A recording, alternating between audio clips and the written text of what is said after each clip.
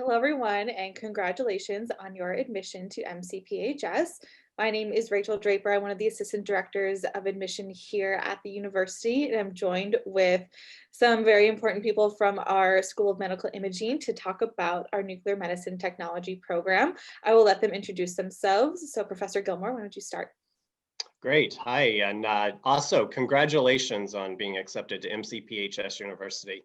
I know it's a tough time during this, but this is your first hurdle. Great job on being accepted. So my name is Dr. David Gilmore. I am the program director for the nuclear medicine program here at MCPHS University. And I teach, I would say, about half of the courses that you'll have when you're in the professional phase of the program. I have a long background. I've worked at quite a few of the different hospitals, not only in Boston, but from Virginia, where I'm originally from, but happy to be here. So thank you, Rachel. Courtney, why don't you up next? Hi, my name is Courtney Alba, and I am a nuclear medicine student graduating in May of 2021, so I'm almost done. And yeah. Well, thank you so much, both of you, for joining us. We're going to dive right into the panel discussion. I'll be asking both of you some questions to share your experiences, both from the faculty perspective as well as the student perspective in this program specifically. So Dr. Gilmore, I would love to start with you. Can you please describe the strengths of the program and why this program is the best choice for students interested in pursuing a career in nuclear medicine technology? Yeah, that's a great question, Rachel.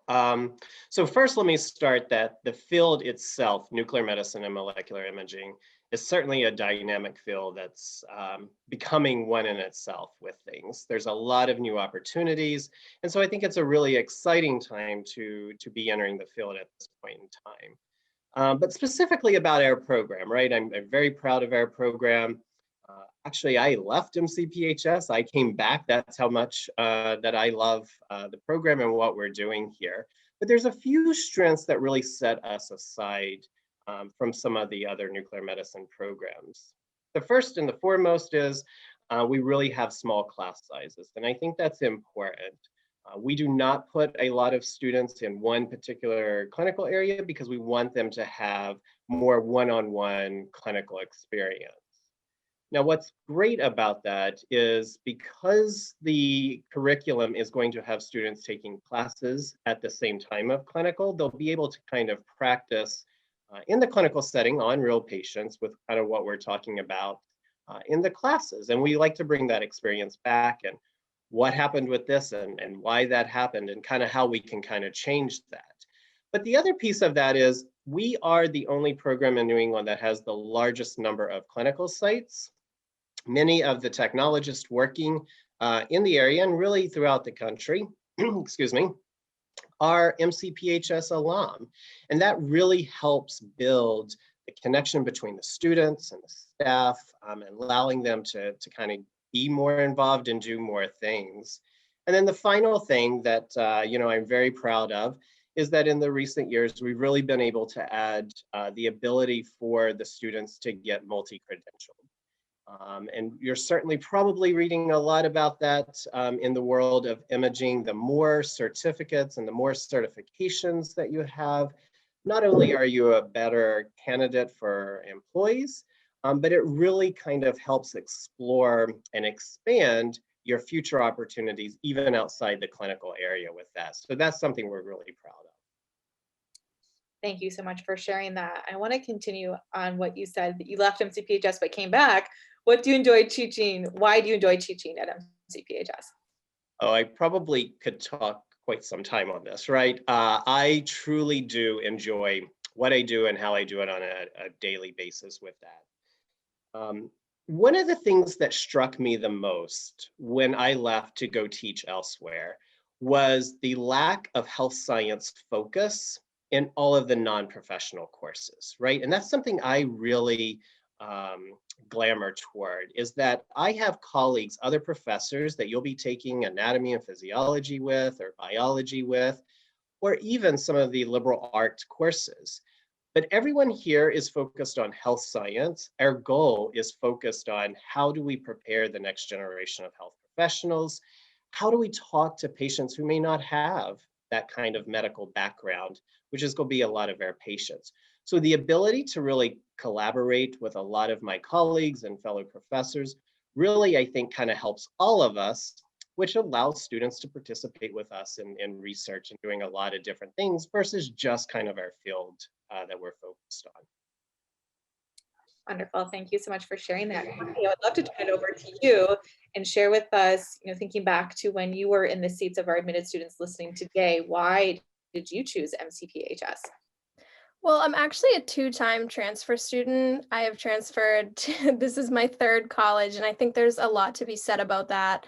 I came from two larger institutions, and I was really looking for a smaller school where there's more personal relationships. Everyone is kind of in the same boat. We're all in healthcare.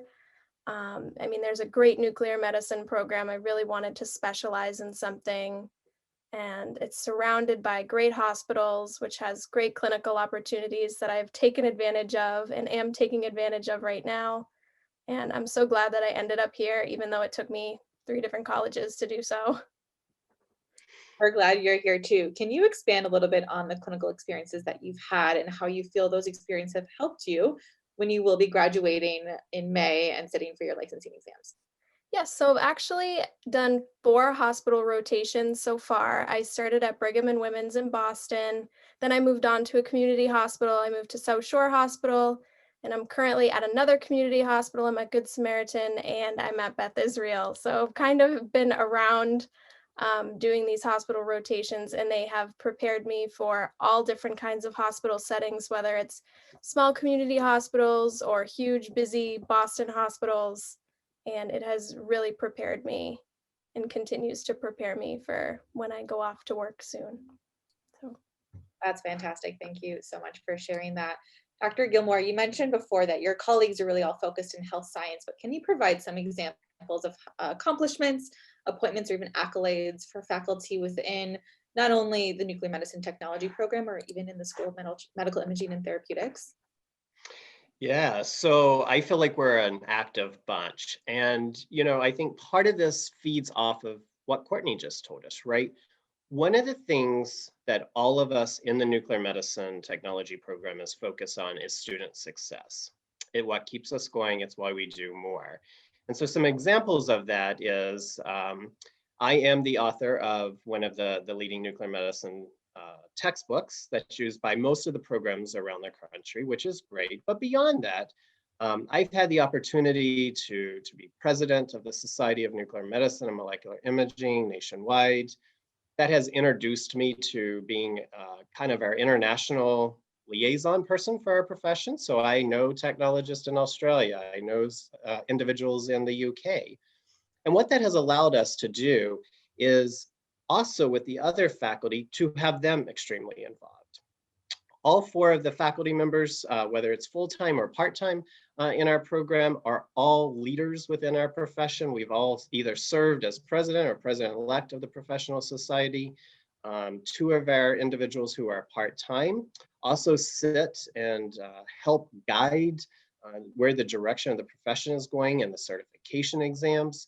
So we really kind of have our pulse on the field and what's happening now, and staying engaged like that also helps our students, right? I can pick up the phone anywhere and give a reference or get a student the ability to get into a door for at least an interview when they do graduate. So there's a lot of value of what that I think my team is really putting together. So That's awesome. Thank you so much. Courtney, I know you said you're graduating in May and you'll be sitting for the licensing exam. Do you know yet what you'll be doing? I mean, I know you'll be working as a nuclear medicine technologist, but do you have an idea of where you see your career going, a year or 5 years from now? well, I'm really hoping to be licensed and be a nuclear medicine technologist. I'd also love to do CT, also, like David said earlier. We're kind of doing that dual certification thing, or I'm hoping so. So I'd love to kind of expand my imaging knowledge and see where it takes me, definitely. We're very excited to see where you'll end up, I'm sure. Dr. Gilmore, going off of what, those multi-credentialed, professionals in medical imaging, what are some other tracks that students can be open to within medical imaging in general? So that is a really timely and great question, Rachel. So there is a big expansion going on in medical imaging as a whole right now. We can now see further deeper into the human body than we've ever been able to in imaging. Certainly, a lot of that is focused on where the future and direction of nuclear medicine is going, kind of at molecular or what we call the cellular level with that. But what that provides the students the opportunity now is to, once you have a nuclear medicine degree and certification, is to get these kind of additional credentials that we keep talking about. Doing it in CT or CAT scanning, right, is almost essential and critical now. And we set our students up for that ability to get that while they're in the program.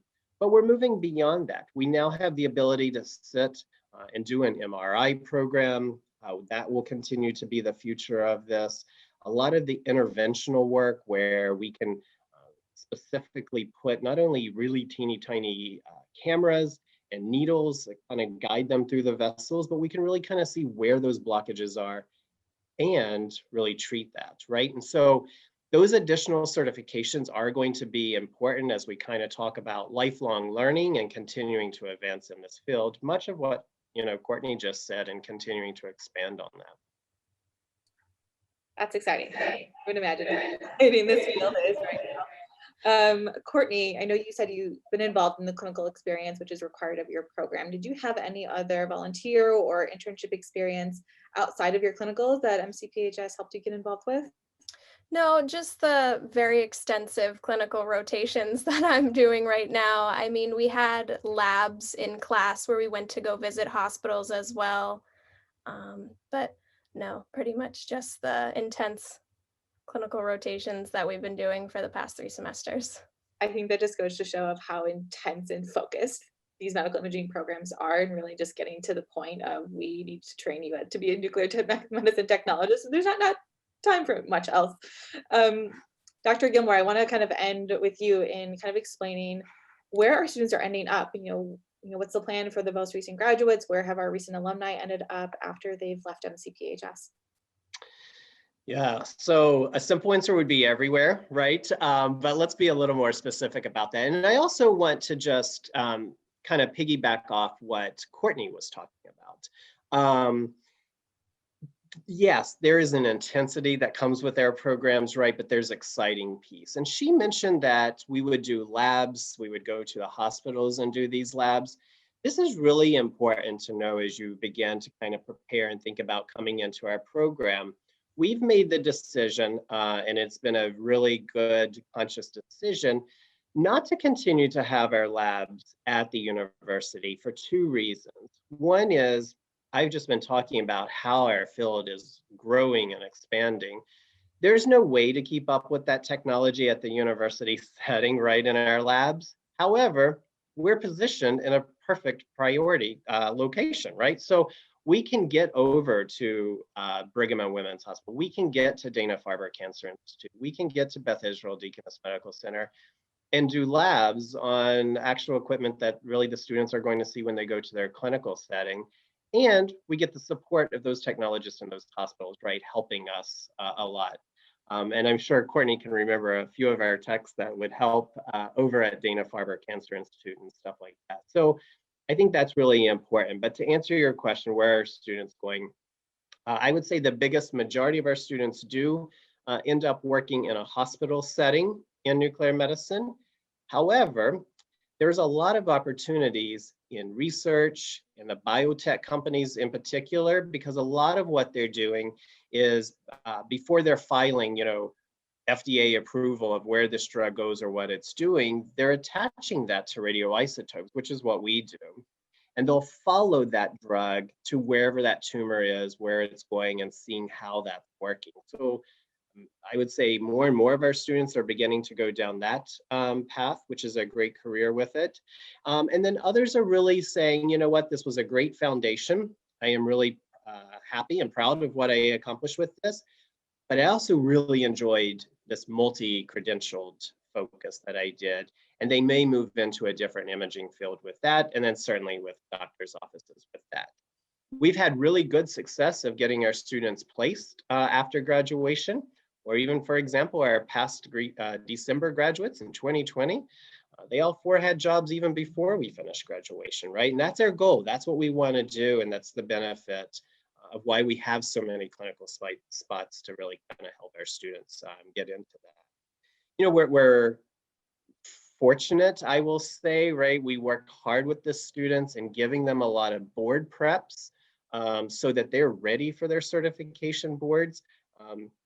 Courtney's probably looking at me like, yes, this is difficult and driving me crazy at the moment. But the goal of this, right, is that the moment they sit down on their certification boards, they pass the first time. These boards are expensive. The last thing we want you to do is to fail and to be set up as a failure. So we really work hard in putting multiple things into place so that we're constantly practicing and ready for those boards. And our outcomes have shown that we do really well. Last year and the year before that, right, we both had a 100% pass rate the first time on the boards, and that's what we're concerned about is first time pass rates. And then the final thing, which cannot be underscored, it does not have anything to do with a test, but it has everything to do with being able to be published with your research. And so all of our students do research. We will get that published, whether that be at the local New England chapter or at the national level. All of our students have that opportunity, which again is another great resume builder to continue to build on. Very impressed with our nuclear medicine students. We're very excited to see all the great things that they're doing, especially in the Boston area. I like to end these talks on a positive note in terms of advice. You know, the people watching have been admitted to this program and are considering attending MCPHS. Courtney, as you know, a soon-to-be graduate of MCPHS, what advice would you give someone starting this program, whether they are a first-time freshman or a transfer student? I have so much advice, but I'll Me I'll too. keep it short and sweet. I mean, definitely just enjoy being in school. I have, so many peers that have become really good friends to me, and I'm gonna miss working next to them. And definitely, as cliche as it sounds, don't be afraid to make mistakes. Some of the, greatest things that I've learned have come from me totally messing them up the first time. So those are definitely my biggest two pieces of advice is to enjoy it and make mistakes, honestly. Dr. Gilmore, any advice for students? Yeah, I think Courtney did a great job of saying that. You know, I want students from the moment they enter the program, even if they're not physically in the professional phase, to feel free, reach out, come to me. And many of our students from the get-go reach out and I get to know them over that time, right? It's building relationships. And I think our doors when we are on campus are always open. If not, our Zooms are always open for that. So it's really creating a colleague, and I think that's important. I try to impress that upon the students is the moment you graduate and the moment you finish and take your certification boards, we're now colleagues in our field. And so I really like to try to keep that relationship. So let's build that bond. Fantastic. Thank you both so much for being here today. It's always a pleasure speaking with our faculty and our current students. Courtney, we can't wait to see how you do once you graduate in May. Dr. Romero, thank you so much for all you do for our medical imaging students. To anyone listening here today, I hope this really helped answer your questions about nuclear medicine technology and all that is available in this field. If you do have any other questions, please do not hesitate to reach out to the admissions office. We're here to help you make this decision as easy as possible. But thank you so much for joining us today, and we hope to see you on campus this fall.